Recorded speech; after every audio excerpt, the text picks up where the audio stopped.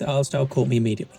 Black and white silhouettes, striking contrast, enemies that are immediately readable despite having no colour at all. I downloaded it on the art alone, then I loaded in, saw the tower defense tag on Steam, saw 2 towers I could upgrade, and spent my first couple of runs dumping everything into them. I was getting destroyed and convinced I needed more damage. And I did. Just not from the towers. My verdict is a play. Project XZ is a 2D action platformer with tower defense elements from Foxy H. Tower defense isn't wrong, but you're the main tower.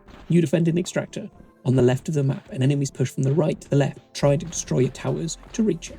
The towers has various upgrade options, a piston that knocks enemies back periodically, which sounds useful until you throw a grenade into a crowd and your own tower pushes everyone out the blast radius just as it goes off. I did this more than once. Your weapon has a range of upgrade paths. You unlock active skills by spending energy you collect during the waves, a grenade, knife attack, armor piercing and others. You also have a unique passive skill that levels up as you progress. I always took the one that gave you a heal and bonus damage on level up. There's another worth knowing about, and that's the increase in damage for consecutive hits, which rewards more careful targeted play rather than just spraying. And if you die, you come back, but you lose some of your energy, so dying does have a cost. One skill I'd flag as a problem. There's one that increases the fire rate, but also reduces accuracy.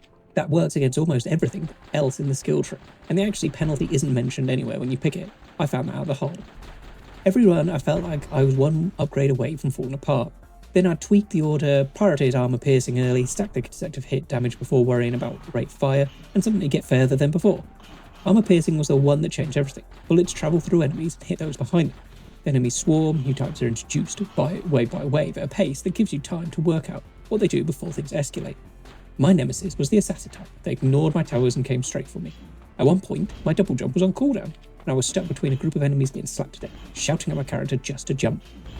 Even without colour or fancy graphics, it genuinely felt like a battle. The chaos is the good kind, busy but readable, and you always feel like you're in the middle of it rather than watching it happen. The demo is 8 waves on one map. I did wonder at points whether it was more of a mini-game than a full game, but that's probably the demo format. Meta progression across runs is likely where the full game lives. On normal I made it to wave 4, I switched to easy and complete. Some of that was a skill issue, and some of it does feel like the balance needs work before the full release. The full game release is coming in June 2026, and currently there's no Steam reviews. Find the armor piercing skill early, don't pick the fire rate one without reading the small print, and don't make the mistake of putting everything into the towers like I did. Was the difficulty fun frustration, or just frustration for you? Drop it in the comments. I play the demos, you play the hits. I'll see you on the next one.